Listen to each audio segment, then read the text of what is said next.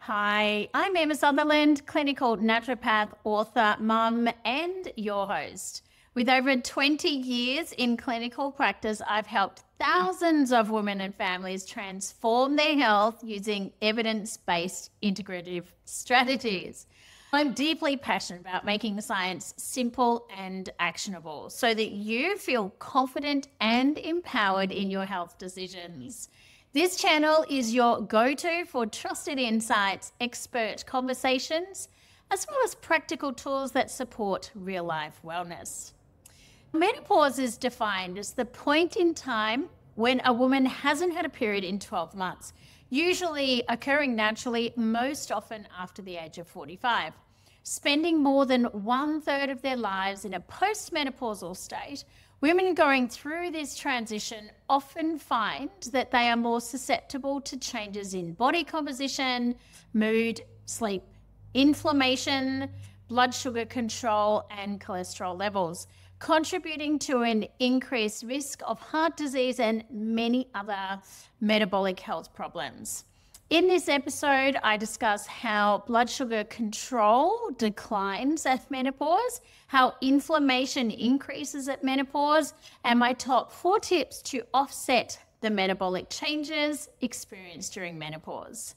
A study on 1,000 women showed that metabolic health is altered by menopause. We often have women coming in to see us at clinic saying that they've put on 5 kilos and despite eating the same, exercising the same, they just can't lose it. Now, the study found key differences in inflammation and blood sugar levels after eating in postmenopausal women versus premenopausal women. Even if the women were the same age, but one was menopausal and the other one was not, the woman who was menopausal had higher blood sugar levels.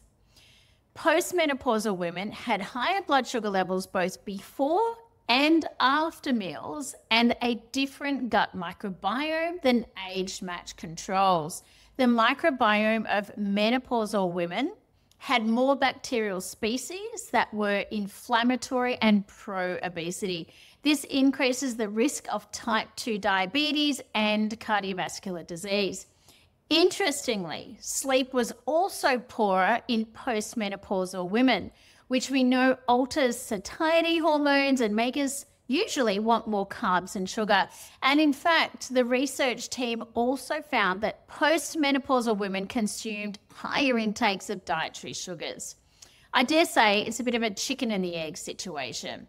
Poor sleep causes low energy, and then carbs and sugar are the instant pick-me-up foods. The carbs and sugar then spike the glucose levels up, and then we see a corresponding crash afterwards. This then drives inflammation, which compromises a healthy metabolism and results in weight gain, and the cycle just repeats. The good news is that what you eat maybe partially help reduce those unfavorable health impacts of menopause, either directly by reducing inflammation and blood sugar spikes or indirectly by altering the microbiome to a more favorable composition. So in the study, they used continuous glucose monitoring, which I love and I use myself. I think it's a circuit breaker that really helps. It's a device that goes on the back of your arm and records your glucose levels 24 hours a day. You just simply tap your phone, read the sensor at the time to assess your blood glucose levels in real time. You can see how your food, your sleep, and your stress all affect your glucose levels. And if you see them spiking up high consistently, then that will be driving inflammation, weight gain, and increase your risk for chronic diseases like diabetes. So the question is, what can we do to help offset these hormonally driven changes at menopause? Let's look at some strategies that I use in clinic. First of all is look after your microbiome. Eat 28 grams of fiber every single day. Aim to consume an anti-inflammatory diet. Eat the rainbow. Ensure that you have at least 5 colors in every meal. Third is avoid processed foods and check all labels for seed oils like canola, corn oil, and sunflower oil. Then soften your blood glucose spikes by eating foods in the order of fiber first, protein second, carbs third. Now, I hope those tips are super helpful for you. Before you take off, I would love to ask you something. Are you getting value from my content? If you are and you want to show your appreciation, there are 3 things that you can do that would be very helpful. First of all is subscribe to the channel if you haven't already. Second is rate and review my channel. And third is to share this video with someone you know that will get value from it.